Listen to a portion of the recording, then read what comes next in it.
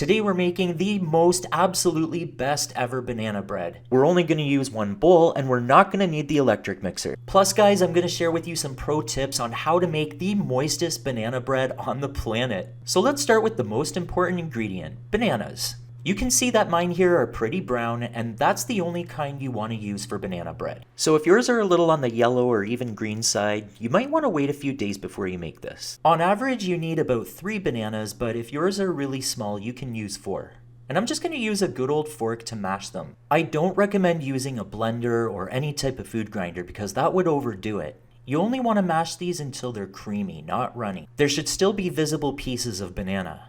So once all your bananas are mashed down like this, you want to add half a cup of melted butter, 2 tablespoons of oil, and that's one of the secrets that's going to make this banana bread so moist. Now we're going to add some sugar and some brown sugar. Now I'm going to mix this together until it's nice and creamy. And by the way, if you're looking for the full written recipe, I've linked it in the description below. Now I'm going to add in 2 eggs one at a time, and you want to beat that first one well before adding in the second one. And I just want to apologize for that little bit of egg skin that just came out there. That definitely looked weird, but these things only happen when you're filming. So this is what the batter should look like so far, and you should definitely be seeing those chunks of banana. Now we're going to add another secret ingredient for making this super moist, half a cup of sour cream. It's a bakery secret, guys, and a little splash of vanilla. Now I'm going to mix this till it's nice and smooth and start adding the dry ingredients. So here's 240 grams or 2 cups of all-purpose flour.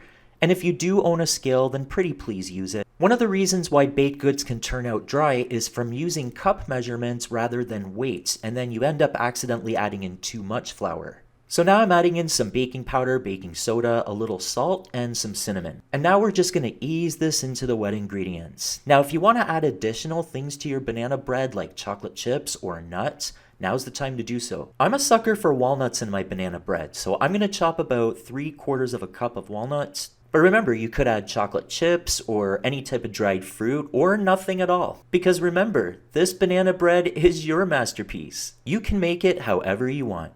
So now I'm just going to gently mix all of this together until it's just combined. So as soon as those traces of dry flour disappear, you can stop mixing. You don't want to overdo it. If you've ever made a banana bread that turned out kind of tough or even rubbery, it might be because the batter was overmixed.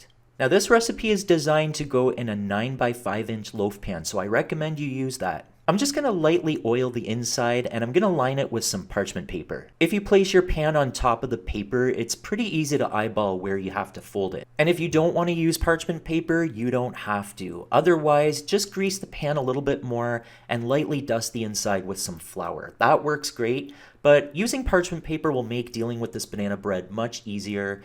And look, the oil on the sides of the pan helped the paper stick. Cool little trick. Now we're going to spread our batter into our prepared pan, and you want to preheat your oven to 375 degrees Fahrenheit. However, when you put it into the oven, you want to reduce the temperature to 350 degrees Fahrenheit, and it's going to take about 50 to 55 minutes to bake. And I know this is really common sense, but whatever you do, please don't overbake it. Start checking it pretty early. It should have an internal temperature of about 200 degrees Fahrenheit, and if you don't have a thermometer, then just stick a skewer in it, and if it comes out clean, your banana bread's ready. I bet you never heard that one before. Now we have to let this rest for about 15 to 20 minutes before we try and take it out of the pan. Otherwise, there's a little chance that it might fall apart on you. But I want you to see how easy this is to do when you line your pan with parchment paper. You wouldn't be able to do that if you just greased and floured the pan. But you're gonna absolutely love this banana bread. You can already see how moist it's gonna be. Now, as tempting as it is, you have to let this cool completely before you cut into it. And this here is actually the next day.